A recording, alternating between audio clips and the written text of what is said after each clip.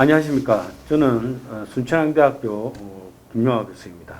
한국선진화포럼 운영위원장직을 맡고 있습니다. 오늘 한국선진화포럼 제5차 자담회 코로나 극복을 위한 한국 경제의 진단과 대응을 주제로 자담을 시작하도록 하겠습니다.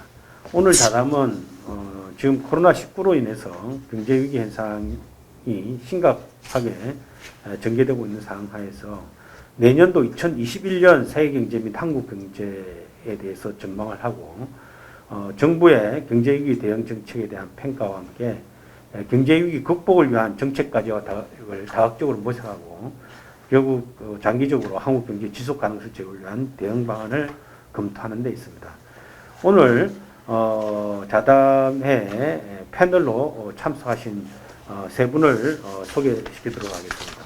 먼저 저 왼편에 계신 동덕여대 김태준 경제학과 교수님이십니다. 네, 안녕하십니까. 그 다음에 인천대 무역학부의 옥동석 교수님이십니다. 예, 반갑습니다. 단국대 경제학과의 김태기 교수님이십니다. 네, 안녕하세요. 네. 그럼 지금부터 자담회를 진행하도록 하겠습니다. 자담회 시작은 일단 우리 2020년 현재 한국 경제의 현황을 평가를 하고 내년도 한국 경제가 어떻게 될 것인지에 대해서 간략하게 한번 말씀 듣는 순서로 갖도록 하겠습니다. 먼저 김태준 교수님 부탁드립니다. 네, 안녕하세요. 김태진입니다. 여러분 다 우리 지금 코로나 때문에 어려움을 많이 겪고 있는데 특히 이제 그 코로나가 그 자영업자라든지 소상공인들한테 주는 충격이 굉장히 큰 것 같습니다.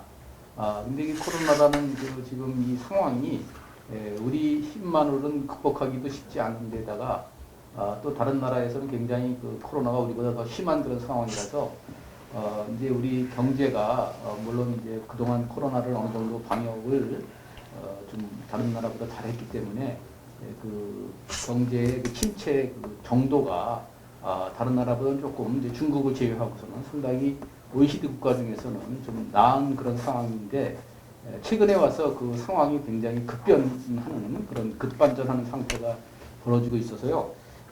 지금 얼마 전까지만 해도 한국은행이 이제 우리나라 올해 성장률이 상당히 마이너스 한 0.8% 정도로 예상을 했다가 최근에 다시 그 경제 성장률을 조정을 했습니다. 그래서 마이너스 한 1.1% 정도가 될 것이다 이렇게 예상을 했는데요.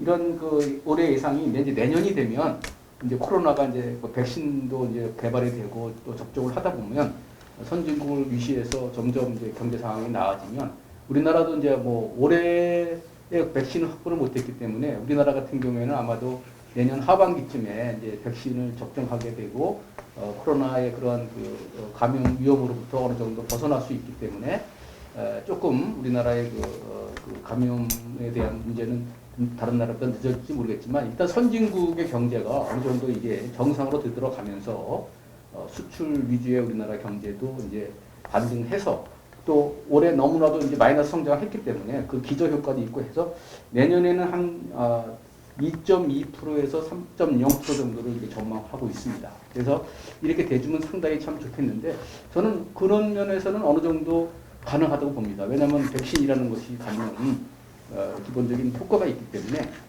우리가 조금 더 잘 이렇게 대처를 하면은 3.0%보다 더 할 수도 있는 그런 상황이기 때문에 좀 우리가 앞으로 내년에 좀 그런 상황이 되기 전까지는 좀 더 열심히 준비를 해 나가면 그렇게 성장을 할 수 있다 이렇게 전망합니다. 네, 감사합니다. 김태준 교수님은 내년도 경제에 대해서 상당히 비교적 이렇게 긍정적으로 말씀해 주셨습니다. 한 2.2, 3% 정도 성장 가능하지 않겠느냐 이런 말씀을 해주셨습니다. 그러면 김태기 교수님의 말씀을 한번 들어보도록 하겠습니다. 네. 저는 단국대학교에 있는 김태기라고 합니다. 첫 번째입니다. 지금 우리나라 경우가 사실은 이 코로나가 더 심해지고 또 백신 확보에 실패했다는 것보다 더 지금 우리한테 어려운 문제는 사실은 이 코로나를 이용한 그 정치 경제 실정이라고 생각합니다. 어쩌면 우리가 이게 잘 코로나도 대응할 수 있었음에도 불구하고 지금 이런 상황이 되어버렸고 백신도 충분히 확보할 수 있었음에도 이렇게 등으로 됩니다. 그러니까 사실은 이 코로나에 다 관심이 집중된 사이에 이 정책이 어떤 정치 노름 때문에 다 흔들려가지고 그 결과는 지금 우리 경우는 이제 집값, 세금 폭등 이게 때문에 중산층의 어떤 고민이라 그러면 특히 코로나로 인해 가지고 가장 타격이 컸던 저소득 계층들한테는 일자리 감소, 소득 불평등이었습니다. 그래서 사실은 우리가 이러한 이 문제가 매우 심각함에도 불구하고 지금 현 시점에서 오늘이 지금 12월 오늘 16일이 되겠습니다. 2020년요. 지금 이 시점에 있어 가지고도 지금 여전히 하는 거는 그 기업에 대해 가지고 아주 규제를 강화하고 노조의 특권을 키우는 이런 지금 정책을 하는데 사실은 지금 이 정책이 왜 문제냐 그런다면 우리가 가지고 있는 자원을 제대로 못 쓰게 만들고 사실은 이 성장도 못하게 하고 일자리도 못 만들게 하고 불평등을 키우는 이런 정책입니다.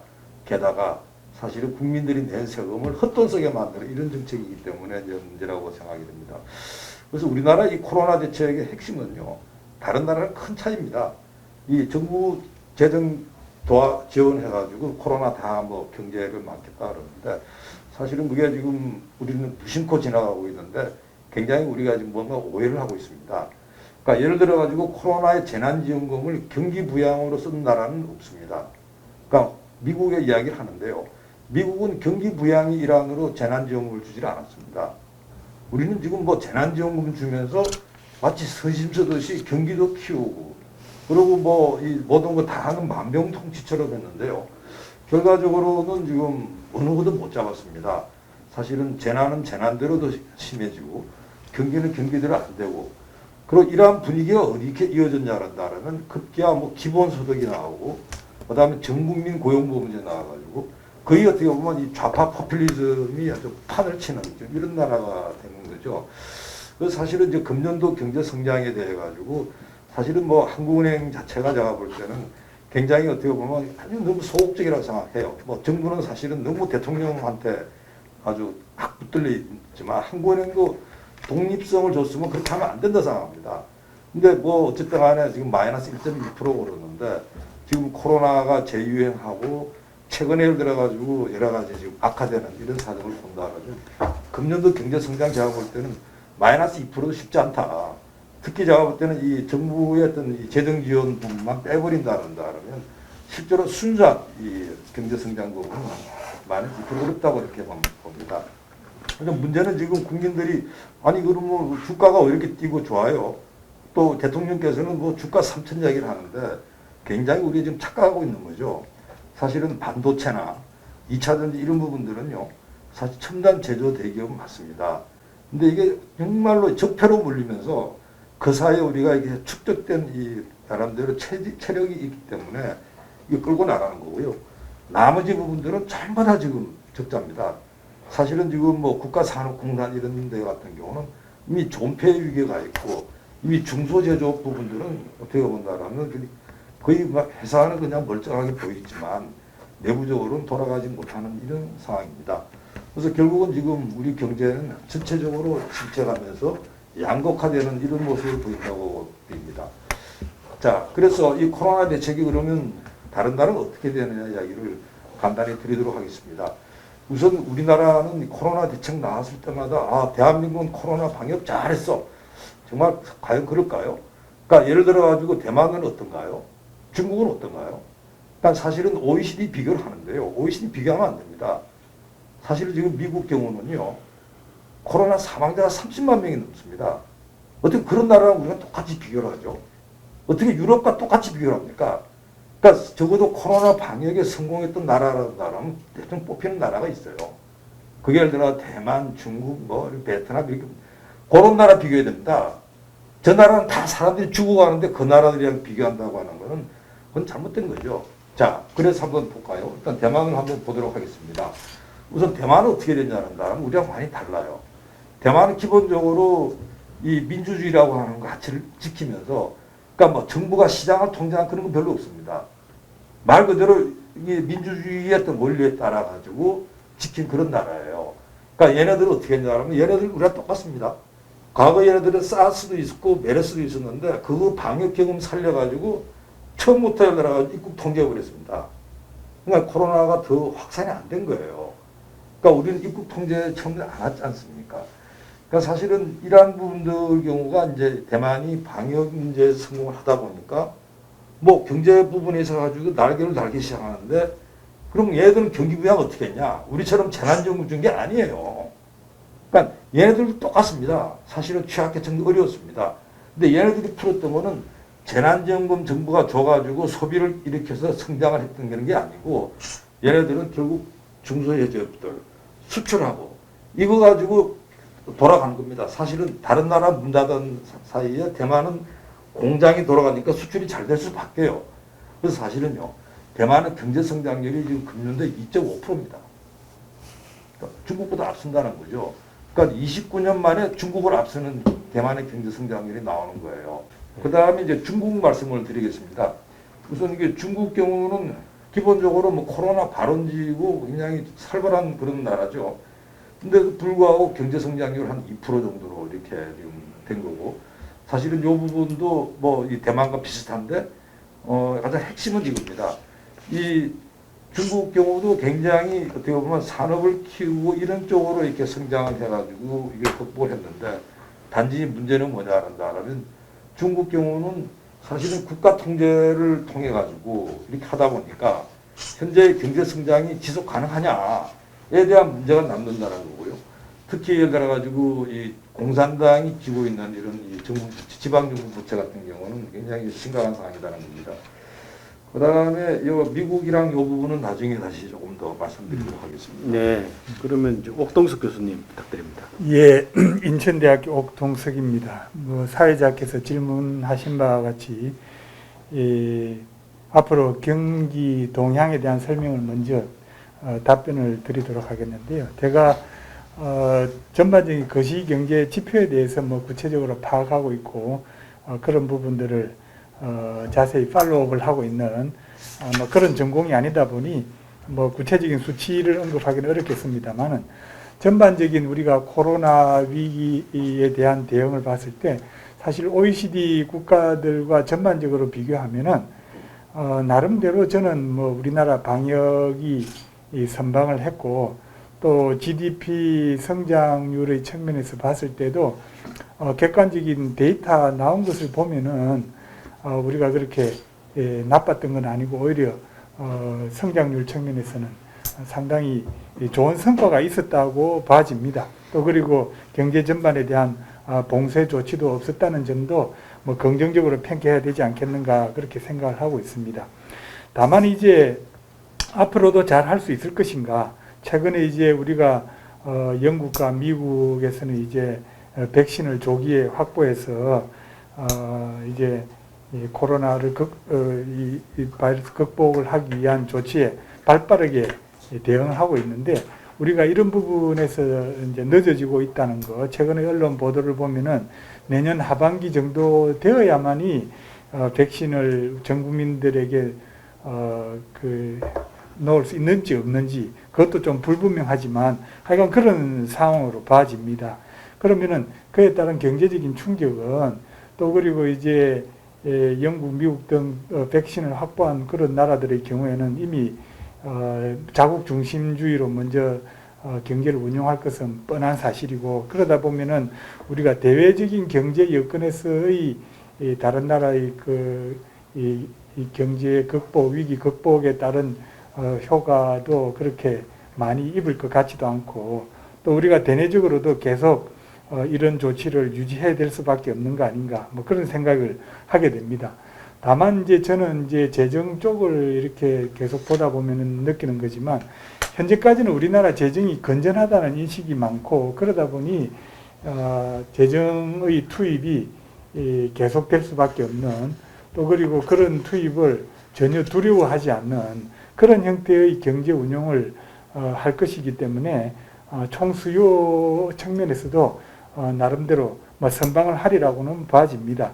그런데 이 과정에서 이제 문제는 문재인 정부가 코로나 위기 이전에도 주창을 했습니다마는 소득주도 성장이라고 하는 이런 한마디로 소득 분배를 강화함으로써 경제 내 총수요가 증가하고 그것이 자연스럽게 국민 소득의 증가를 가져온다고 하는 정말 총공급 측면의 어떤 경제 한쪽 부분은 아예 무시하는, 그리고 또 소득 재분배가 경제 총공급에 미치는 부정적인 영향도 그다지 감안하지 않고 걱정하지 않고 하는 이런 정책들이 코로나 위기 극복 과정에서도 계속 이어지고 있다는 점입니다. 자, 그래서 아까 우리 김태희 교수님도 말씀을 하셨지만 결국 우리가 국민 소득을 증가하기 위해서는 총수요와 총공급 양쪽 측면을 동시에 우리가 잘 관리를 해야 되는데, 총공급 측면에 부정적인 영향을 주고 또 기업의 의욕을 꺾는 여러 가지 정책들이 시행됨으로 인해 가지고 결국 우리가 총수요만 계속 관리하고 증가시키는 이런 정책을 취해 감으로써 결국은 부동산 버블, 주식시장의 버블에 대한 우려가 나올 수밖에 없다는 겁니다. 그래서 굉장히 내년도 경제는 전반적으로 우리가 위기에 더욱더 취약해질 것이다. 대외적인 요인들, 그리고 대내적인 우리가 코로나 방역을 또 백신 확보 이런 부분들과 관련해서 훨씬 더 경제는 취약해지는 이런 상황에 직면할 수밖에 없다는 것을 말씀드리겠습니다. 그리고 또 우리가 코로나 위기 과정에서 우리 일반 국민들이 느꼈던 이런 것들이 오히려 그러니까 비대면의 경제 활동들이 앞으로도 이제 이게 뉴 노멀로서 굳어지게 됨으로써 새로운 뭐 경제가 이렇게 펼쳐지는 그런 현상이 나타날 것이기 때문에 그에 대항한 정책들이 앞으로 많이 개발되어야 될 것이다. 뭐 그런 생각을 하고 있습니다. 결국 우리가 저는 일본을 잃어버린 30년과 같은 그런 위기가 도래할 수 있고 그것이 코로나 위기로 인해서 더욱더 가속화될 수 있지 않겠는가, 뭐 그런 생각을 하고 있습니다. 예, 감사합니다. 그래서 세 분께서 어쨌든 우리 김태준 교수님은 금년에는 마이너스지만 내년에는 그래도 플러스 성장이 가능하다라고 보시고요. 김태희 교수님은 지금 이런 식으로 해서는 내년에도 가망 없다 이런 말씀을 하신 것으로 판단됩니다. 그 다음에 옥동석 교수님은 그래도 우리는 선방했지만 내년도는 더 모르겠다 이런 이제 말씀을 좀 하신 것 같아요. 어쨌든 이제 지금 내년도 경제는 지금 올해와 마찬가지로 이제 불투명한 상황이 전개될 것 같은 그런 이제 지적들이 계셨습니다.